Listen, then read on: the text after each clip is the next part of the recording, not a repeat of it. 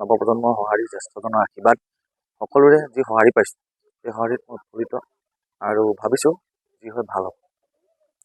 আৰু পঞ্চায়তী ৰাজ ব্যৱস্থাত এটাই অনুৰোধ জনাইছোঁ, গাঁও পঞ্চায়তখন এখন সুস্থ সবল বনাবৰ কাৰণে যিহেতু পঞ্চায়তী ৰাজ ব্যৱস্থাটো এটা মুখ্যম বস্তু চৰকাৰ, এই অঞ্চলৰ স্থানীয় এখন চৰকাৰ, এই চৰকাৰখনৰ সকলোৰে প্ৰতি এটা আহ্বান জনাইছোঁ, আপোনালোক ওলাই আহক, ওলাই আহি এটা সঠিক সিদ্ধান্ত লৈ সঠিক ভোট প্ৰদান কৰি নিজৰ অঞ্চলটোৰ উন্নয়নৰ কাৰণে অংশীদাৰ হওক।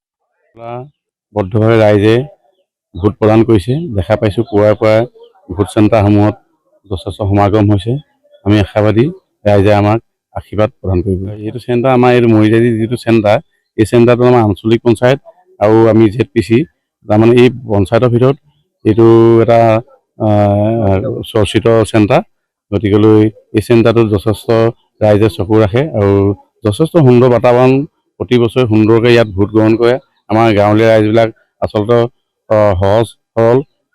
আমাৰ লগতে যদিও আমাৰ বিজেপিত সমৰ্থিত ৱাৰ্ড মেম্বাৰ আছে, আমাৰ ইয়াত অগপৰ সমৰ্থিত ৱাৰ্ড মেম্বাৰ আছে বা আমাৰ অন্যান্য দলৰ কেণ্ডিডেটবিলাক, আমি সকলোৱে বা দলীয় ইয়াত ভাৱ নাথাকি সকলো ঐক্যবদ্ধ বন্ধুত্বমূলক হিচাপে ইয়াত ভোটদান প্ৰদান কৰে আৰু ইজনে সিজনৰ লগত সম্পূৰ্ণ সমিল মিল আছে।